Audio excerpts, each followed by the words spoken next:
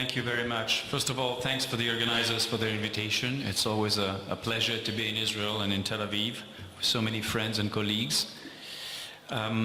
My goal today is not to provide a comprehensive review of oral antiplatelet therapy in ACS and PCI because I wouldn't have the time to do so, but I've been asked to really provide a perspective regarding the new and the upcoming data specifically pertaining to Ticagrelor in ACS and PCI. So I will provide a discussion of that agent and very little discussion of the other agents.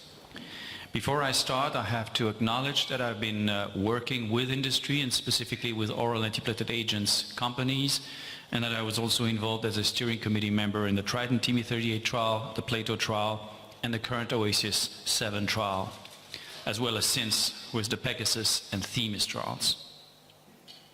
So the story of Ticagrelor really starts with the Plato trial, which, as you know, showed a superior outcome of Ticagrelor compared to clopidogrel in ACS across the full spectrum of ACS. And there are three things that are remarkable about this trial. The first one is the steady accrual of benefit over time. As you can see, the curves appear to diverge, and although it's always dangerous to overinterpret the shape of the curve, there's really a message in the clear separation of curves over time that benefit appears to accrue steadily. The second feature of interest is that there's a cardiovascular mortality reduction that is statistically significant of approximately 20% with Ticagrelor compared to clopidogrel, and that sets apart this trial from other trials. And the third feature that is remarkable is the consistency of the benefit across the various patient subsets. And I'm not sure we'll have the time to discuss this in great detail, but I do want to share with you some of the subsets that were recently published. One of the features that was particular to Plato was the fact that at the time of randomization, there was a stratification on the management strategy. That is, investigators were asked at the time of the phone call to declare up front whether their intent was to use a conservative or an invasive management strategy, and randomization was stratified on that. And when you look at the outcome, well, 72% of the patients were managed invasively, or at least were planned to be managed invasively.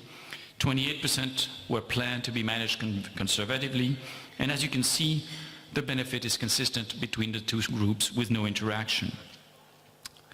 One of the questions that were raised is that, of course, some of the patients that were planned to be managed invasively ultimately were managed conservatively, and conversely, there was also crossover in the conservative arm with some patients eventually undergoing CAFs and revascularization. So what happens if you look at the data as a function of actual revascularization or invasive management as opposed to planned revascularization and invasive management? Well, that data just came out last year, and as you can see again, there's a remarkably consistent message of benefit both for the primary outcome as well as for cardiovascular and all-cause mortality, with no hint of an interaction between the treatment effect and the invasive or conservative management. Note also that conservatively managed patients have clearly worse outcomes than invasively managed patients, reflecting different patient profiles. Another issue for which there's been new data is the STEMI issue. There's been a lot of discussion about which is the optimal antiplatelet agent for STEMI. The overall effect in Plato was a 16% reduction in the primary outcome overall. And there was no significant interaction between STEMI and non-STEMI. So a conservative assessment is to assume that the same effect is seen in STEMI patients. If we focus on the STEMI subgroup defined by the final diagnosis, then we see a 15% relative risk reduction that is statistically significant. Again, no interaction. If we focus on patients for whom the very first EKG at the time of randomization indicated ST elevation, what is called here ST elevation ACS, you also see a benefit. It's no longer statistically significant for the subgroup, which of course becomes slightly smaller, but there is no hint of an interaction with the overall treatment effect, for which there's clearly graphic overlap with the overall population.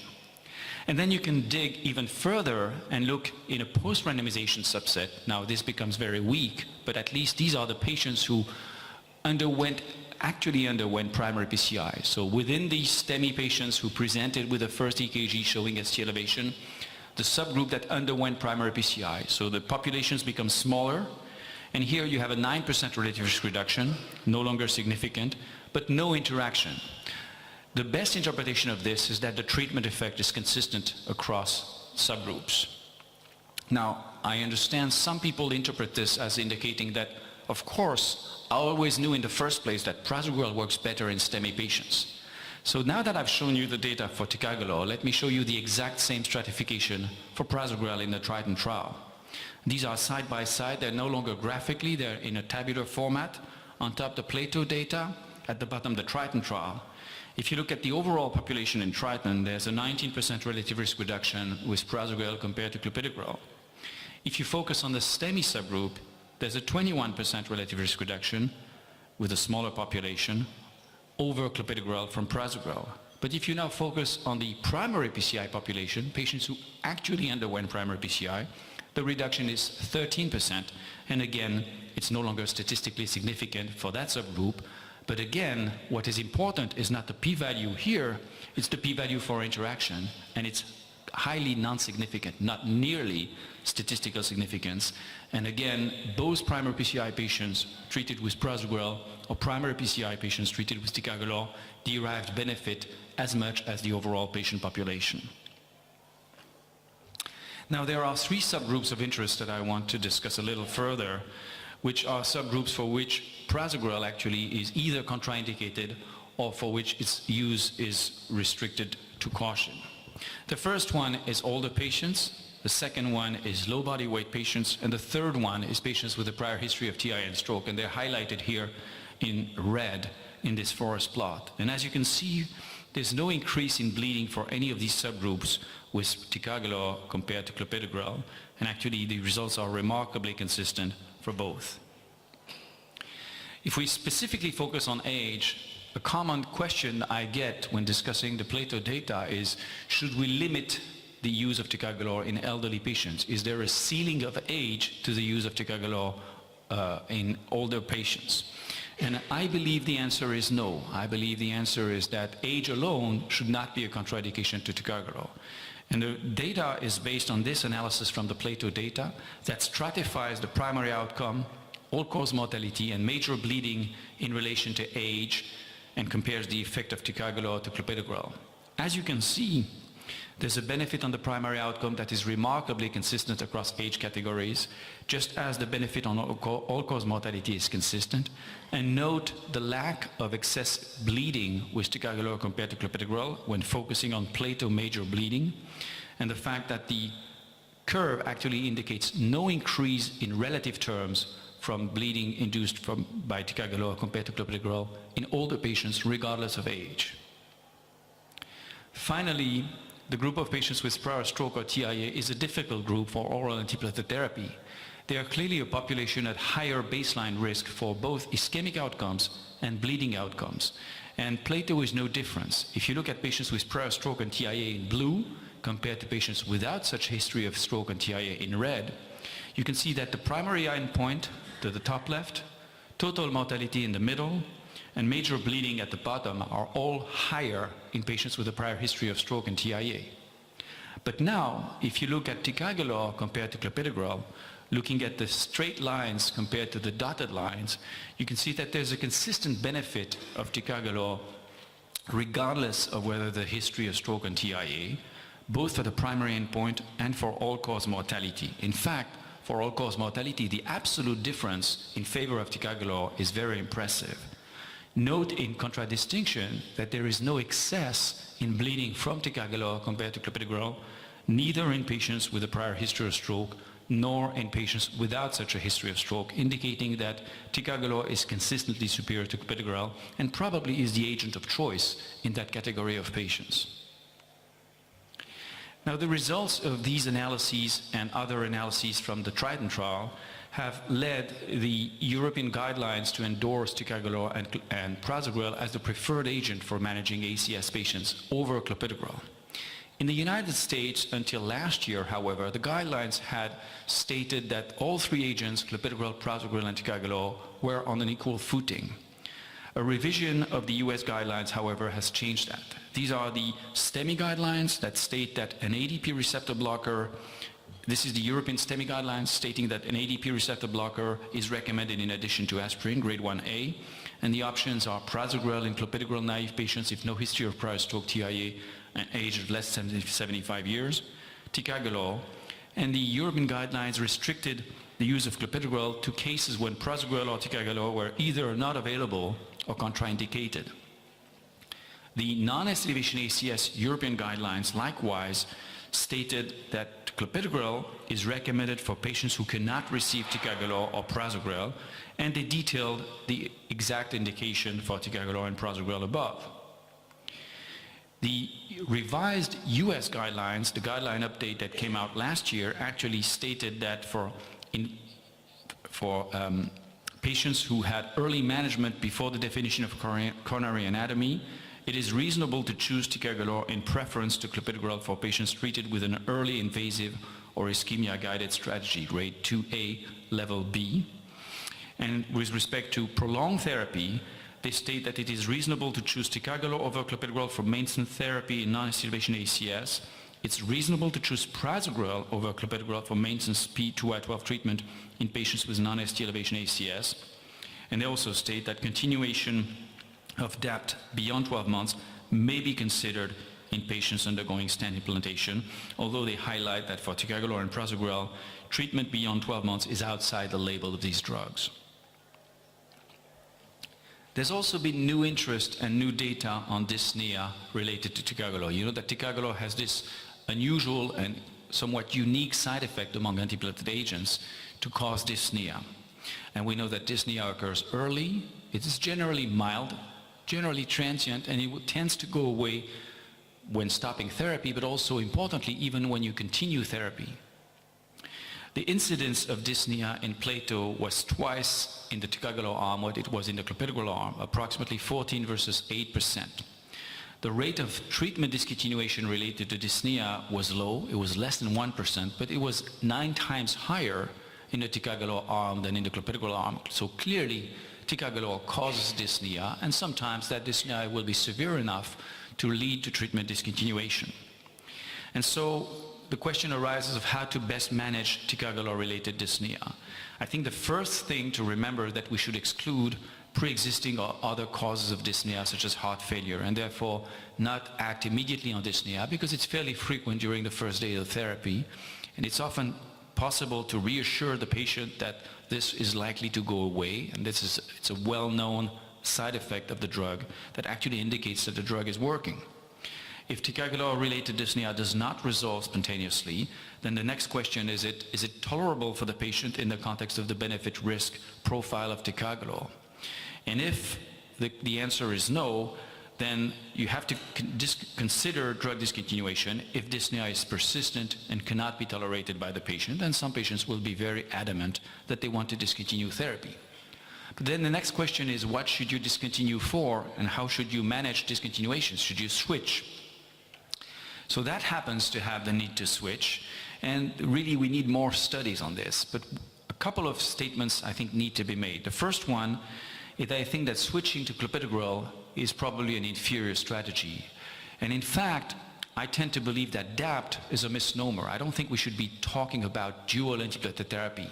The reason for this is that clopidogrel with aspirin is an inferior combination compared to either prasugrel and aspirin or Ticagrelor and aspirin, and therefore they're not on an equal footing. And I would hate to downgrade a patient from active therapy with Ticagrelor and aspirin to lower effective therapy with clopidogrel if bleeding is not an issue. I think switching to prasugrel makes a lot more sense because prasugrel is an effective agent that is superior to clopidogrel and probably has a very similar potency in terms of antiplatelet effect to that of Ticagrelor. So there's a greater rationale for switching to prasugrel than to clopidogrel. However, a word of caution with switching to prasugrel is that when you switch to prasugrel, it's advisable to reload the patient. And the reason for this comes from switching studies such as this one called SWAP2 that looks at platelet function and platelet inhibition by prasugrel and Ticagrelor in patients who are loaded and then undergo switching. So before treatment, you can see that platelets are not inhibited on the left. Then when they receive treatment, platelets are fully inhibited for several hours. And then when you switch, if you switch from prasugrel from ticagrelor to prasugrel without a loading dose in pink, you can see that there's a clear rebound of platelet aggregation. And that is related to the fact that prasugrel has a short time of residence in the plasma. And therefore, it will be in the plasma for a short period of time. But if during that time, the receptor, the P2Y12 receptor, is occupied by ticagrelor, it will not be able to bind. And by the time ticagrelor is cleared from the receptor, there's no longer any prasugrel in the bloodstream to inhibit those platelets, and therefore there's a potential for rebound platelet aggregation. If you reload the patient with a loading dose in blue, you get a much better inhibition of the rebound and a much more consistent inhibition. So I think it's advisable to reload patients if you switch them to prasugrel. It's important to remember this. Now, one of the interesting areas about ticagrelor is why does it cause dyspnea? And one of the hypothetical explanations, not yet proven, but I think it's a reasonable hypothesis to explore, is that adenosine may have something to do with it. In fact, we know that ticagrelor inhibits cellular reuptake of adenosine, circulating adenosine by the red blood cells in the bloodstream. We also know that adenosine is a very short-lived molecule in the bloodstream. It's actually very difficult to measure. My colleague Laurent Bonello from Marseille has been doing this study where he's been trying to measure adenosine concentrations in the bloodstream, in the peripheral bloodstream, in patients receiving clopidogrel, ticagrelor, or controls. And as you can see, it's very clear that patients who are treated with ticagrelor actually have a higher level of adenosine in the plasma than patients receiving clopidogrel or controls. That doesn't prove neither that the dyspnea is related to adenosine levels, nor that the benefits of the drug are related to adenosine, but certainly I think is an important step in trying to elucidate potential non-platelet mediated effects of ticagrelor if they do exist, and I'm not sure that they exist apart from the side effects. Another interesting feature of this adenosine hypothesis is that via the adenosine pathway there may be benefits to ticagrelor that are not related to platelet inhibition and that may affect infarct size in ischemia. This is a rat model study, and of course one has to use a word of caution here because the extendability of results in rat models to humans and clinicians is very poor, and we've learned the hard way that many things that work in rats don't work in patients. That being said, I think this data is interesting. This data is looking at ticagrelor versus clopidogrel at various doses to inhibit platelet aggregation in rats on the left, and you can see that both ticagrelor and clopidogrel exert a dose-dependent inhibition of platelet aggregation. In the central panel, there's limitation of infarct size with these agents, and you can see that compared to control, ticagrelor, but not clopidogrel, reduce infarct size in this rat model of ischemia and reperfusion. In the right side, there's a further experiment where the benefit of ticagrelor was inhibited by an adenosine antagonist. And as you can see, the left part of the slide shows that ticagrelor at 300 milligrams per kilogram substantially reduced infarct size, but that the effect is completely reversed in purple when you administer at the same time an adenosine receptor antagonist, indicating that the limitation of infarct size is truly adenosine mediated. Again, I don't want to oversell this, but I think it's intriguing, and it certainly deserves further investigation to see whether some of the benefits of ticagrelor might be related to a cardioprotective mechanism. We've had a lot of discussion during the case scenario about the timing of administration of the various antiplatelet agents and the agents of choice. I can't speak to the agent of choice, but I can certainly provide some clinical data from ticagrelor regarding early administration in a STEMI setting. We've known that in STEMI, drugs that work very well in healthy volunteers don't work nearly as quickly. For instance, if you look at clopidogrel, there's been a host of data to demonstrate that the efficacy of clopidogrel on inhibiting platelet function is markedly delayed in STEMI patients. Here you can see the effect in terms of inhibition of aggregation in healthy controls, and you can see that 6 hours after dosing, the inhibition is substantial with approximately a 50% inhibition. In contrast, if you look at STEMI patients, you can see that as late as 24 hours after dosing, you still have modest inhibition of 20 to 25%. And there are various reasons for this. one of which may be drug interactions with morphine, which delays gastric emptying and metabolism of the patient, of the drug, but also blood volume redistribution between the GI tract and other areas in the body that again slow the metabolism, the liver and GI tract metabolism of clopidogrel from a prodrug to its active compound. What happens with the novel agents? They're known to be far more rapidly acting than clopidogrel. Well, there have been studies such as this one from Dr. Alexopoulos in Patras in Greece that has looked at the inhibition of platelet inhibition, the inhibition of platelet aggregation with prasugrel and ticagrelor as a function of time in STEMI patients. And as you can readily see from this graph, it takes up to 6 hours for both prasugrel and ticagrelor to achieve their effect in STEMI patients. So even the newer agents have an efficacy that is somewhat delayed, indicating that there might be benefit to starting therapy as early as possible to prevent the early ischemic and thrombotic events that may occur during or immediately after primary PCI. So should we start treatment in the pre-hospital setting at the patient's bedside when we see a STEMI? Well, I think the discussion is very different if you're discussing STEMI and non-ST elevation ACS. In non-ST elevation ACS, diagnosis is often uncertain. We don't know whether the patients will require surgery, and there's really no emergency in treating the patient 1 hour earlier than when you get to the hospital. In STEMI, in contrast, the diagnosis is often clear from clinical and EKG findings.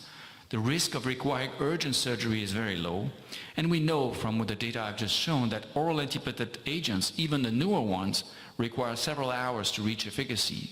So it would make sense to say the earlier the better. Up to recently, there had been no trial that had formally explored that hypothesis until the Atlantic trial was performed. Atlantic was a European trial led by my colleague Gilles Montalesco in Paris. We looked at patients with STEMI identified in a pre-hospital setting for whom there's a decision to triage to primary angioplasty. Patients were identified in emergency rooms of non-PCI hospitals or in the ambulance or at their homes. They were randomly assigned in a double-blind fashion to ticagrelor loading in the pre-hospital setting or ticagrelor loading in the hospital.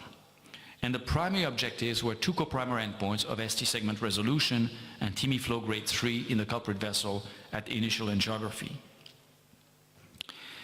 Neither the ST segment resolution nor the TIMI flow in the infarct-related artery showed significant benefit from preloading compared to loading in the hospital. So technically, the trial is negative on its 2 co-primary endpoints. However, I think there's interesting data if you look at stent thrombosis. It was a secondary endpoint, but I think there's a very clear difference in the rates of stent thrombosis, which were 0.2% for ticagrelor pre-treated patients compared to 1.2% in patients who received ticagrelor in the hospital, an odds ratio of 0.19, p-value of 0.02. Of course, this is a secondary endpoint. There's no adjustment for multiple analysis, and the absolute difference is low. But despite low rates and low numbers, the difference is impressive and is not offset by an increase in bleeding. Bleeding rates are similar in the 2 study arms, indicating that there's no harm in starting earlier, and there might be some clinical benefit in preventing stent thrombosis. Also note that these results have to be interpreted in the light that the time difference between the 2 study arms was far shorter than the investigators had anticipated. They had hoped for a longer period, but the actual difference was only 31 minutes. In real life, however, the time delay between pre-hospital treatment and in-hospital treatment may vastly exceed 31 minutes in many settings, and it is conceivable that the benefit might be greater. Now, one of the questions that also often arises is, what do we do with a patient who can't swallow, is vomiting, or is intubated? What kind of oral antiplatelet therapy can we give them? Well, typically these patients would receive crushed tablets via a nasogastric tube, but they're really, up to recently, there hadn't been any study looking at the potency of this intervention compared to conventional administration. This trial actually compared prospectively the degree of plasma concentration and platelet inhibition when patients receive a whole tablet, a crushed tablet, or a crushed tablet by a nasogastric tube. And as you can see, the exposure to the drug and the antiplatelet efficacy is at least similar, if not better, with a crushed tablet. Now, I want to get now to a different chapter, which is duration of treatment. And to be frank, I was a little surprised that 50% of the audience voted against considering protracted therapy for patients beyond a year. The reason I'm surprised is at least data from one large recent trial and the announcement of the Pegasus trials. The first thing is, if we're thinking of stent thrombosis, we've learned in the last decade that there is a risk of late stent thrombosis after drug-eluting stent placement, and that this risk is fairly linear over time.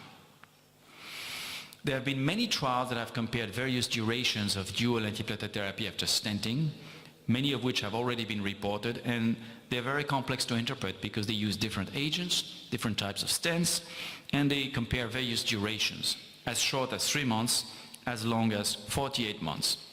Most of the trials have reported, but most of the trials have been somewhat underpowered, and most of the trials have used an open label with a high rate of crossover between study arms. An open label design with crossover and underpowered trials result in regression to non-inferiority and lack of difference between study arms. And that is what many trials have shown. I do want to share with you the example of this trial, probably one of the best designed and best executed such trials, called Prodigy. Prodigy compared 6 to 24 months of DAPT, found an increase in bleeding, but no improvement in the primary ischemic endpoints from prolonging therapy for 24 months compared to 6 months. Results appear fairly clear graphically, but I want to draw your attention to the confidence interval for the hazard ratio for the ischemic endpoints, which ranges from 0.74 to 129, therefore a 26% benefit or a 29% harm, a difference that vastly exceeds the difference expected between antiplatelet therapy and placebo. I think that most of us would be very happy to have a 15, 20 or 25% benefit in a patient. So we can't rule out benefit or harm from this study. And this is actually one of the largest and best executed studies. Most of the other studies are smaller and have a lot of crossovers between study arms. And therefore, I think it's important to remind ourselves that the absence of evidence of a difference is not evidence of absence of a difference. And we can't simply take a negative p-value for evidence that there is no benefit or no harm. We really need to have appropriately powered double-blind trials to really definitively tease out whether there is benefit in continued or not continuing dual antiplatelet therapy long-term after stenting. And one such trial was recently presented and published. It's the DAPT trial, which compared 12 to 30 months of dual antiplatelet therapy after stenting. And as you can see, the trial was well powered for stent thrombosis and actually clearly demonstrated a 70% reduction in stent thrombosis, highly statistically significant, with a 1% absolute difference in stent thrombosis at 30 months. If you look at the co-primary endpoint of MACE-CCE, cardiac events and cerebrovascular events, again, a 29% relative risk reduction from protracted therapy, 4.3 versus 5.9, highly statistically significant. If you look at MI, almost a doubling of the risk of MI if you stop therapy at 12 months compared to 30 months. 2.1 versus 4.1%, highly statistically significant. Note that whenever you stop therapy, whether you stop at 12 months for the blue arm, that is placebo, or whether you stop at 30 months in the green arm, which is thienopyridine, and the patients had a period of observation of 3 months after stopping blinded treatment, you can see that there's a rebound of events, both MIs and stent thrombosis, that occur at the time of discontinuation of an approximately similar magnitude, roughly 1% at the time of treatment discontinuation. So whenever you stop therapy, there's a risk for ischemic or thrombotic events. Another interesting feature is that among the myocardial infarction events that occur, approximately 55% are not related to stent thrombosis. If you look at myocardial infarctions that are not related to stent thrombosis, they're also reduced by 40%, 1.8 versus 2.9%, highly statistically significant. And this is consistent with prior observations that when we look at events in stented patients, roughly half of the events are related to the culprit index lesion, and half of the events are related to other locations of the disease, as we've seen in a prospect trial. You may remember that trial in which patients who had undergone PCI underwent IVUS study of the whole coronary tree, and those that had repeat event were able to be adjudicated to culprit lesion or non-culprit lesion related events. And I think this is a reminder that we are not treating stents. We're treating patients, and we're trying to avoid events that are stent related and not stent related. Now, there was a price to pay for the efficacy, and the price to pay is, as expected, bleeding. And I think this is somewhat not surprising. I mean, you have an effective therapy, and you have the efficacy, and you have the side effects. And the magnitude of the bleeding is substantial. It's 1% increase in moderate or severe gusto bleeds. Now, moderate or severe gusto bleeds are actually fairly severe clinical bleeds for those who know the categorization. And I think moderate gusto bleed is somewhat of a misnomer when you look at the type of events we're talking about. If you're looking at other classifications such as BARC2 or BARC type 3, you can see that there's real bleeding as a price to pay for the ischemic protection afforded by continued therapy. So I think it's a balance of risk and benefit that we have to weigh for every single patient. We can also discuss mortality findings if we have the time. Now, to continue on the theme, I've shown the results of Plato, and I want to revisit them again, focusing on cardiovascular mortality. And these are the data for cardiovascular mortality and major bleeds judged by the Plato classification in intention to treat. And as you can see, there's continued accrual of benefit for cardiovascular mortality, and apparently very little separation of the curves for major bleeds. And this begs the question of what would happen if we continued therapy beyond a year. And that question is addressed by the Pegasus TIMI-54 trial, which, as you probably remember, recruited patients with a history of MI 1 to 3 years prior to enrollment, with additional risk factors for thrombosis, such as age, diabetes, multivessel CAD, renal dysfunction, and others. And patients received aspirin, low dose, standard background care, and were randomly assigned in a double-blind fashion to either placebo, Ticagrelor at the standard dose of 90 milligrams BID, or an intermediate dose of 60 milligrams BID that was tested with the hypothesis that maybe patients who are stable in a chronic stage don't need to receive as potent platelet inhibition as patients in the acute phase. So maybe a step-down dosing might be a reasonable approach for these patients. The primary endpoint for efficacy is CV death and stroke. The primary safety endpoint is TIMI major bleeding. We don't have yet the results from Pegasus, but I'm sure you're aware that there was an announcement by the company that the study met its primary endpoint for the 2 doses of Ticagrelor. Full results are expected to be presented at the ACC in a couple of months. Now, let me turn my attention to the future, and now I will go very quickly over this, because there are a host of trials that are being planned or ongoing with Ticagrelor in other therapeutic areas. I'll start with diabetes and the THEMIS trial. We know that diabetic patients die from their heart, but we know that even though they are at high risk for thrombosis, aspirin is poorly effective as a protection against thrombotic events. In fact, if you look at meta-analyses of aspirin in primary prevention in diabetes, it simply doesn't work.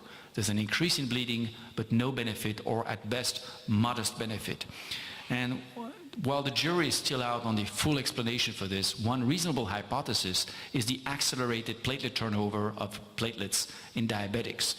Because, again, aspirin has a short time of residence in the plasma. If you take an aspirin in the morning and you inhibit all of the platelets that are in the bloodstream in the morning, by the afternoon and evening, you'll have new platelets that are not exposed to aspirin, and aspirin is gone.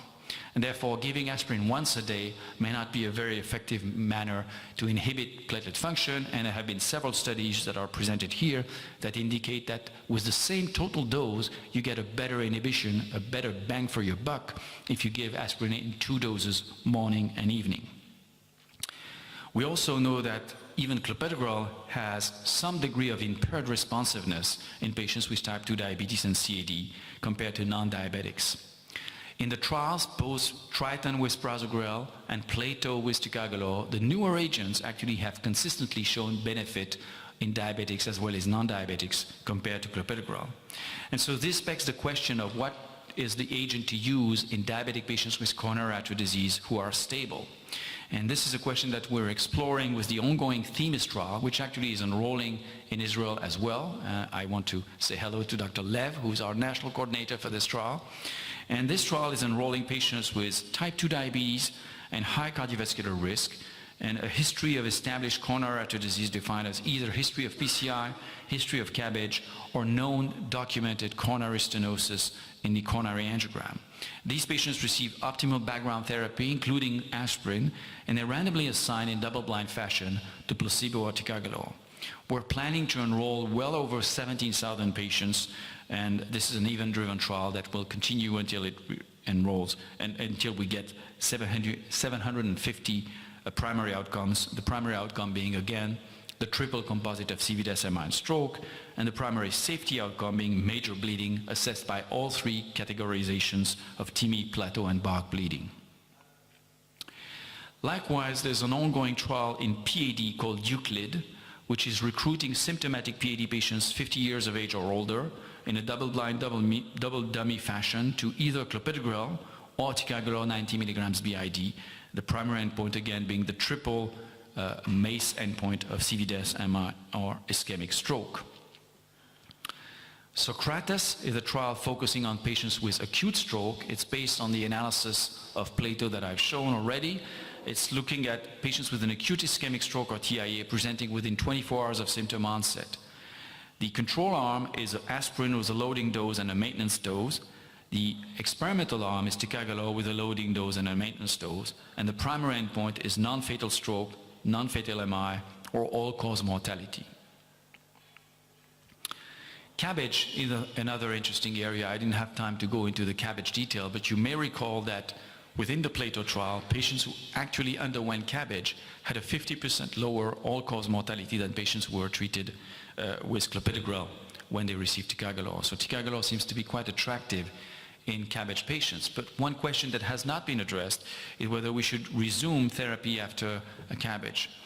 This is a German trial that is looking at CABG patients, comparing aspirin to ticagrelor. Patients receive, when they have ACS, they receive either aspirin throughout the pre-operative period, or ticagrelor pre-op, aspirin as of day 2 before CABG, and ticagrelor being resumed at day 0 immediately after CABG. A similar scheme is ongoing for stable patients, but then they're switched to placebo at the time of surgery. And finally, I want to get to the final concept, which is maybe we should stop stacking agents. Maybe we should stop adding newer agents to aspirin. Do we still need aspirin? Well, aspirin is an interesting agent. It's cheap, it's well known, its efficacy has been established for a long time. But on the other hand, we know that it's a somewhat weak agent. We know that it induces GI bleeding. It can be very severe GI bleeding. And we wonder whether, particularly in modern management of CAD, we still need aspirin when we have a potent, reliable P2Y12 inhibitor. Maybe we could get the best of both worlds by having single therapy with either prasugrel or ticagrelor, for that matter. So one trial that is trying to explore this is trying to reverse our thinking and say, well, let's maybe drop the aspirin and keep only a P2Y12 inhibitor. And that trial is called Global Leaders. It's an investigator-initiated trial, and it looks at patients who get a drug-eluting stent, for that matter, the Biomatrix Flex stent, all comers, both ACS and stable patients. The reference therapy is the standard of care today, which is 12 months of aspirin and a P2Y12 agent, and then 12 months of single therapy with aspirin. Stable patients will get only aspirin and clopidogrel, and stable patients, ACS or MI patients, would get ticagrelor on top of aspirin. The experimental treatment actually uses a combination of aspirin and ticagrelor for 1 month, and then 23 months of single antiplatelet therapy with ticagrelor alone. And the primary endpoint is a cumulative 2-year composite of all-cause mortality and new Q-wave MIs. That trial is recruiting well. It's halfway through recruitment. We still have 8,000 patients to recruit and then follow up to accrue, but I think it's going to be very interesting to see whether single antiplatelet therapy chronically might be the way to go to simplify and improve further therapy. In summary, Plato demonstrated the clinical benefit of ticagrelor in patients with ACS with a reduction in cardiovascular mortality. The additional studies that I've mentioned move beyond ACS, investigating the use of ticagrelor as antiplatelet monotherapy or in comparison to other standard oral antiplatelet therapies. These studies that I mentioned, Pegasus, Euclid, Socrates, and Themis, they're incorporated into the Parthenon program led by the sponsor. But interestingly, there are also important investigator-initiated trials that I mentioned, such as Global Leaders and TICAB, which will provide insights in the post-PCI period and in the peri-CABG period patients. Thank you very much.